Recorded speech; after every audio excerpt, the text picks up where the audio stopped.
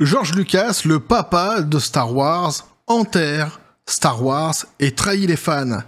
Dans ses dernières déclarations, on voit ça ensemble.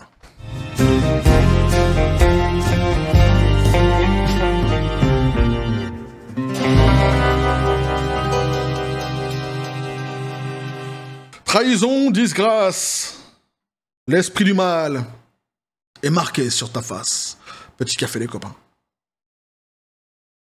Ah ouais, pour évoquer ce sujet évidemment, coupe de cheveux à la Qui-Gon Jinn, qu'est-ce qui se passe? C'est mon maître Jedi préféré, hein, mais c'est comme ça.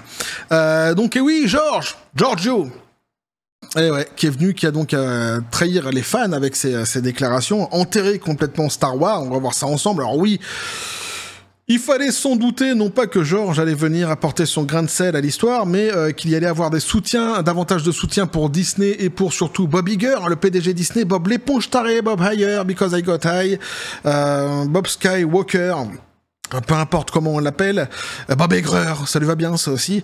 Je l'avais déjà dit dans les précédentes vidéos que de toute façon, les premiers soutiens qui étaient venus comme ça, notamment de la part de la famille Disney, les petits-enfants, ce n'était qu'un prémisse, hein, qu'il y allait avoir d'autres personnes qui allaient venir comme ça, soutenir Bob Iger. Pourquoi? Parce que une machine s'était mise en place, une grande machine s'était mise en place chez Disney, soutenue d'ailleurs par une grande partie de la presse mainstream pour diaboliser au maximum Nelson Peltz. Donc c'est exactement ce qui se passe ici.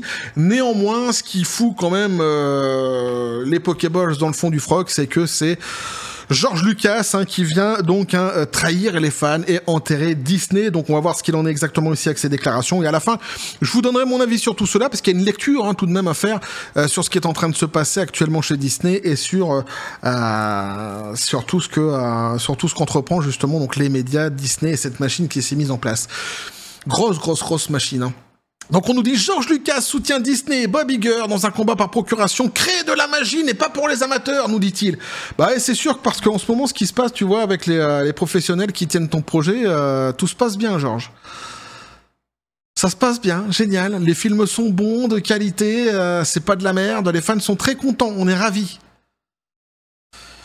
Tu vois, rien qu'avec cette phrase, déjà tu te fous de notre gueule, George. C'est typiquement le genre de phrase que t'aurais jamais dû sortir. Créer de la magie n'est pas fait pour les amateurs. N'est pas pour les amateurs. J'ai presque envie de dire, tu oses. Ah mais ça monte là, tu vois, ça monte là, George. On va se rencontrer un jour, toi et moi.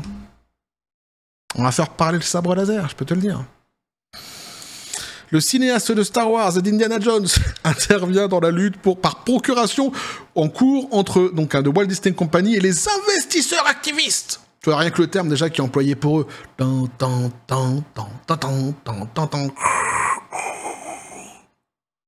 Les investisseurs activistes. Et il apporte fermement son soutien au PDG Bob Iger et au conseil d'administration de Disney. C'est n'importe quoi. Et donc, qu'est-ce qu'il nous dit, George ? Créer de la magie n'est pas pour les amateurs. Lorsque j'ai vendu Lucasfilm il y a un peu plus de 10 ans, j'étais ravi de devenir actionnaire de Disney. J'ai pris un gros chèque. Ce jour-là, j'ai découvert un Bob Iger que je ne connaissais pas, avec qui je ne partage pas forcément beaucoup d'affection à la base, mais qui, après discussion, et surtout après avoir vu le montant qui m'était promis, j'ai décidé qu'il deviendrait quelqu'un qui serait important, en tous les cas, dans le futur pour ma vie. Grâce à ce chèque et à cette fortune, j'ai pu faire toutes les vacances que je voulais, entreprendre tous les projets que je voulais, critiquer le travail de Star Wars fait par Disney de loin lorsque je le voulais, prétendre que tout cela m'intéressait encore et que j'avais encore quelque chose à battre. Des fans dans le monde, en réalité, la seule chose qui m'intéresse, c'est le pognon, et c'est bien parce qu'on m'a offert un petit chèque ici que je viens apporter mon soutien à celui qu'il faut bien le dire à la base, je n'appréciais pas tellement, le donc susnommé Bob l'éponge tarée. Alors non, tout ça, c'est pas ses déclarations, c'est les miennes, tu l'auras bien compris. Bah ouais, je suis chafouin, ça me fout en l'air, moi. Alors évidemment, je dis qu'il a reçu un chèque de Disney, ce ne sont que des hypothèses, des supputations. Hein. Je ne suis pas dans les petits papiers de la maison Grandes Oreilles hein, pour dire cela. Je n'évoque pas de corruption ici. Évidemment, tout n'est que paix et félicité. Bon, on va lire sa vraie déclaration. Créer de la magie n'est pas pour les amateurs. Lorsque j'ai vendu Lucasfilm il y a un peu plus de 10 ans, j'étais ravi de devenir actionnaire de Disney en raison de mon admiration de longue date pour sa marque emblématique et du leadership de Bob Iger. a déclaré Lucas dans un communiqué mardi. Lorsque Bob est récemment revenu dans l'entreprise pendant une période difficile, j'ai été soulagé. Personne ne connaît mieux Disney. Je reste un actionnaire important parce que j'ai pleinement confiance dans le pouvoir de Disney et dans l'expérience de Bob en matière de création de valeur à long terme.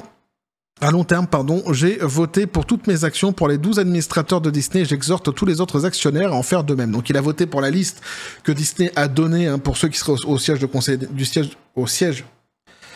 au conseil d'administration de l'entreprise, et donc il exhorte tous les autres actionnaires à en faire de même. Alors ici, le message est quand même tout à fait générique, il n'y a pas vraiment, on sent pas d'émotion derrière le message, c'est pour ça que tout à l'heure je parlais d'un chèque, mais bon, trop de suppositions, point d'info évidemment.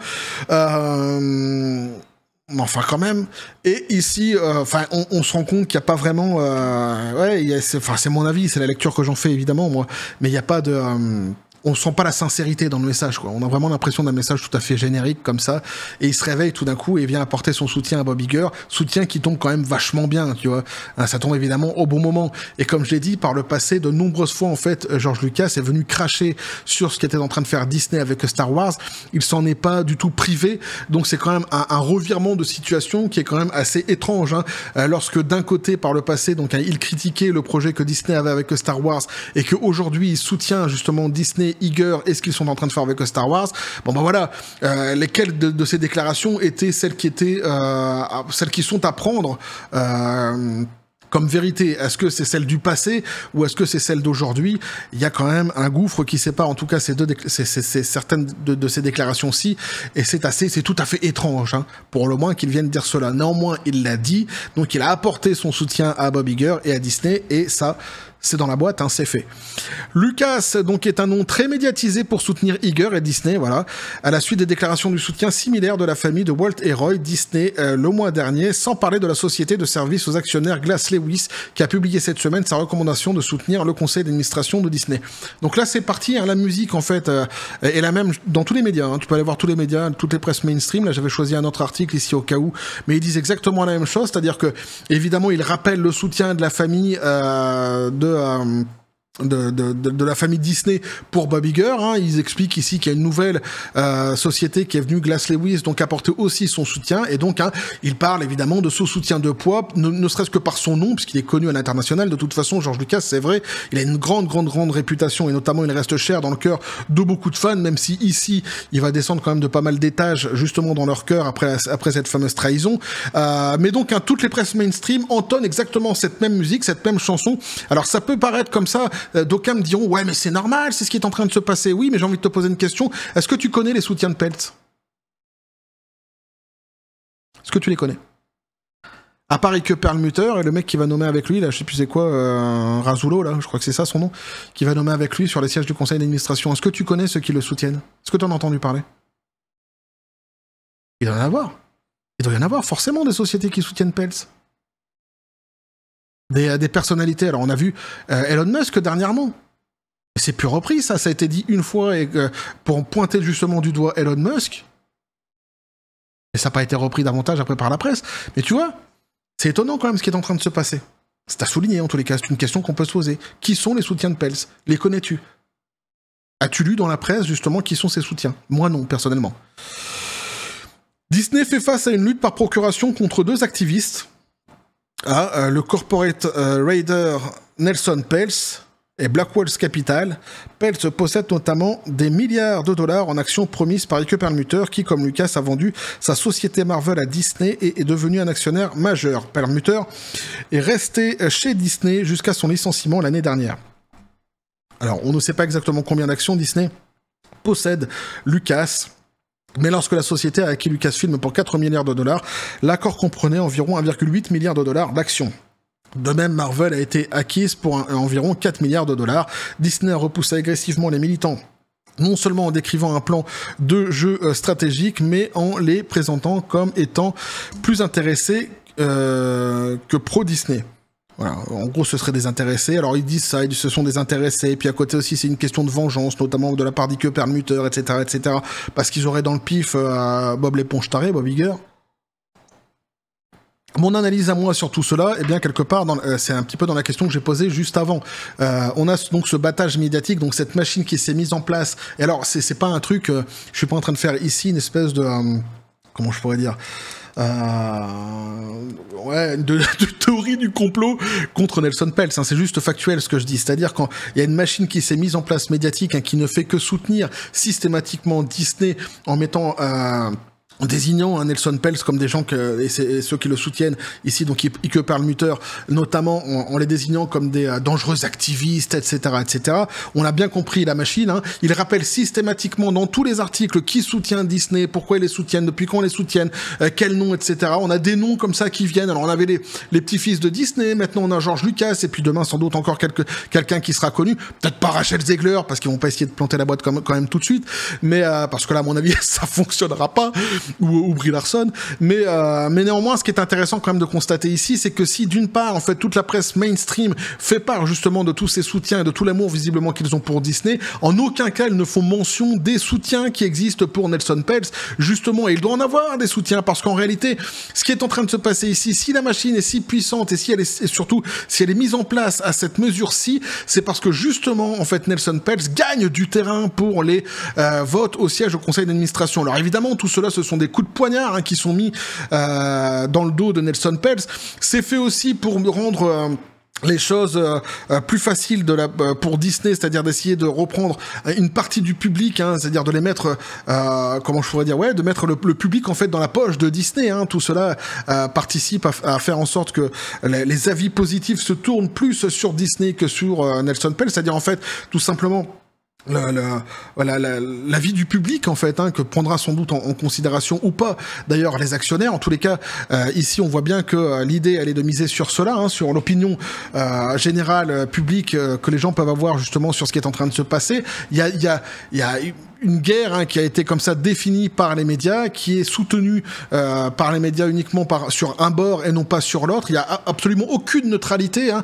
Comme j'ai dit, on ne sait pas qui soutient réellement Nelson Peltz. Il est systématiquement diabolisé et cette machine est quand même assez énorme. Hein. C'est une très très grosse machine qui s'est mise en place et c'est marrant parce que c'est à chaque fois la même machine hein, qui se met en place en règle générale dans certaines sociétés où on voit que d'abord les presses sont souvent très très peu neutres, déjà ça commence comme ça, et parfois ils sont comment je pourrais dire, politisés, ouais, tout simplement. Ouais, si, c'est le terme, politisé, on peut dire politisé. C'est-à-dire qu'ils suivent un bord politique précis. Ils sont majoritairement de ce bord politique-ci. Et donc, forcément, eh bien, dès qu'ils se mettent en place, c'est une grosse machine qui se met en place parce que c'est comme d'un seul homme, hein, si tu préfères, hein, qu'ils se lèvent tous à chaque fois pour diaboliser certaines personnes. Et ici, donc, c'est Nelson Peltz. Et on peut se rendre compte quand même de leur capacité de nuisance et, en tout cas, de leur capacité à mettre à la vindicte certaines personnes. Ici, c'est tout à fait flagrant hein, ce qui est en train de se passer avec Nelson Peltz, puisque comme je l'ai dit, c'est vrai que si on apprend davantage sur les soutiens de Disney ou sur les gens qui adoraient Bob Iger, eh bien, on n'apprend pas du tout sur ceux qui pourraient soutenir Peltz ou ceux qui pourraient aimer ou vouloir porter justement le projet de Peltz. Et pourtant, ils doivent exister, ils doivent être nombreux. Comme je l'ai dit, par exemple, dernièrement, il y avait Elon Musk. Alors Elon Musk, lui, c'est pareil, il est diabolisé aussi dans les médias, en règle générale. Donc forcément, vu qu'il a été vu avec Nelson Peltz, tu vois, ça tombe bien, c'est Satan qui vient voir Satan, quoi, quelque part, ou c'est Satan qui vient voir Mephisto, c'est comme tu veux. Donc voilà, donc ça participe encore une fois à leur récit, à leur façon de raconter justement cette espèce du combat qui aurait d'un côté du bien contre le mal, hein, puisque c'est exactement ça. Et quoi qu'il en soit, ce qui est certain, c'est que ce fameux bien qui lutterait actuellement contre le mal, eh bien, il est au pouvoir, en tout cas chez Disney, depuis de nombreuses années, et qu'il a mis la société dans la situation qu'on connaît aujourd'hui. Hein. C'est ce côté lumineux-là hein, qui nous a proposé toutes les productions woke dernièrement, hein, avec certaines qui allaient chercher particulièrement les enfants, les plus petits dans leur salon, en leur proposant des sujets sur les théories du genre, etc. Hein, donc forcément, quand tu regardes le tableau en fait hein, de ce qui est en train de se jouer ici, t'as beau essayer de te parer de couleurs les plus belles qui puissent exister ou de lumière que t'aurais dénommé toi-même comme lumineuse et faite uniquement de comment je pourrais dire, de bonté. Quand on regarde dans les faits, c'est tout à fait l'inverse. Voilà. En tout cas, moi, c'est ma lecture ici. Et ce qui est certain, c'est que si il continue sur cette lancée, hein, si la machine continue sur cette lancée, c'est bien que ce que Pels est en train d'entreprendre, et bien quelque part ça parle à certains actionnaires qu'ils gagnent sans doute du terrain, et même si ce sont des coups de poignard qui sont mis dans son dos, ça montre en tous les cas que si la machine continue à ce niveau-ci, c'est que lui continue évidemment à progresser. En tous les cas, c'est la lecture que moi je fais de tout cela. J'espère vivement, hein, on rappelle quand même que les votes, donc ça sera au début avril, hein, 3 avril normalement, qu'ils auront lieu pour les sièges au conseil d'administration. J'espère vivement qu'il les obtiendra. Ça va quand même être compliqué, ça va quand même être très très dur, hein. Faut bien se rendre compte que quand même ici, voilà, là tu te rends compte directement en fait du combat qui est en face de toi, hein, contre qui tu es en train de te battre. Ils sont très très très puissants, ils sont très très très nombreux et ils détiennent une grande partie des presses mainstream. Donc c'est très compliqué. C'est très compliqué. Voilà. Ils se disent donc à contrôler la Vox Populi et évidemment c'est une machine qui est très importante. Bref, voilà ce que je pouvais vous dire là-dessus les copains. N'hésitez pas à me dire ce que vous en pensez dans les commentaires, à vous abonner si le contenu vous a plu, activez la petite cloche pour les prochaines notifications, les prochaines vidéos qui vont arriver, à balancer un like, à partager la vidéo. Vous avez mon Xor, le Discord, le Facebook de la chaîne qui sont dans la description des vidéos. N'hésitez pas à venir, à basculer du côté de la force absurde des réseaux sociaux. Sur ce les copains, je vous dis comme toujours à la John Spartan, paix, félicité, pistolet à prout, c'est à toi, le mot final forcément. Ouais, mais c'est ça, ouais, une machine, lui il dit que c'est une machine de propagande, mais c'est un peu ça finalement, hein. C'est-à-dire qu'ils se mettent vraiment tous au diapason. Je vous dis, hein, moi j'ai pris un article ici, mais j'aurais pu en prendre 10 qui disent exactement la même chose, et je suis vraiment surpris, moi je m'intéresse vraiment en fait, hein, mais sincèrement en vrai, à ce qui est en train de se passer. J'aimerais avoir tous les éléments, et je les ai pas les éléments en fait, parce que j'ai que à chaque fois un écho qui est celui de Disney, et j'ai que des choses positives qui sont dites sur Disney, mais je n'ai absolument rien concernant Pels. Je ne sais pas où il en est, je ne sais pas. Alors on sait qu'il déplie comme ça, hein, ses feuilles de route, et qu'il donne des chiffres beaucoup aux actionnaires, hein, qui essaient surtout de les convaincre avec les chiffres, mais on ne connaît pas du tout ses soutiens, hein, ceux qui seraient à même de vouloir justement porter son projet dans le futur dans la maison aux grandes oreilles. Tout ça on n'en sait rien, hein, ça reste quand même vraiment très obscur, très opaque, et c'est assez dérangeant. Je suis assez d'accord finalement avec le pistolet à prout. On a face à nous une propagande quand même qui est très très très puissante. Moi j'appelle ça la machine, à la machine, mais on pourrait appeler ça tout simplement la propagande. Bref, on va suivre le dossier, on va continuer à suivre le dossier, évidemment. Et que la force soit avec vous.